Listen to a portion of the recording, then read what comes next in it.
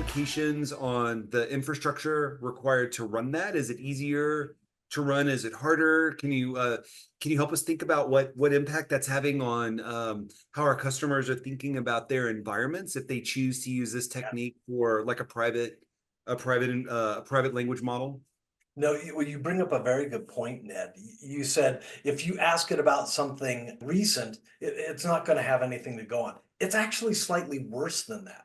Not only will it not have facts, Right. it will just make up whatever it is. So if you asked it about what year did Saskatchewan invade North Dakota, it wouldn't have any information on that. However, that's not an acceptable answer. So I say, well, the famous war of 1956, right? And it'll come up with a completely imaginary, what in AI terms is called a hallucination. Now, Yes. the nice thing about what you were talking about, that pre-staging, is that vector database, that when you take the prompt and drag it through that, you're going to start correcting for that hallucination problem.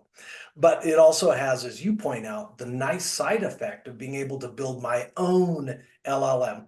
Certainly if I am, let's say, an airline, and I ask it about what are the flight reservation trends for my large aircraft compared to small aircraft, for large cities and small cities. Well, that's not going to be in the foundational model. That's my proprietary data. However, I can take all of my, let's say, my flight reservation data, and I can put that into this vector database. And when I ask it the question about flight reservation patterns, it's going to drag that through there, picking up all the relevant factoids, and then pass that into my foundation model, and I'll get an answer coming back, which hopefully should be less hallucinations, should be more accurate, should be more timely, and it should be allow for the extension of proprietary information.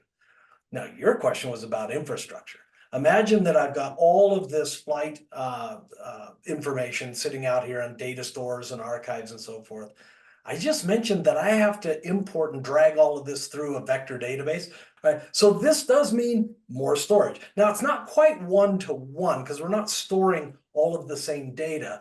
So I'm going to have a rather large compute environment to where it's taking and doing all of that embedding during ingest.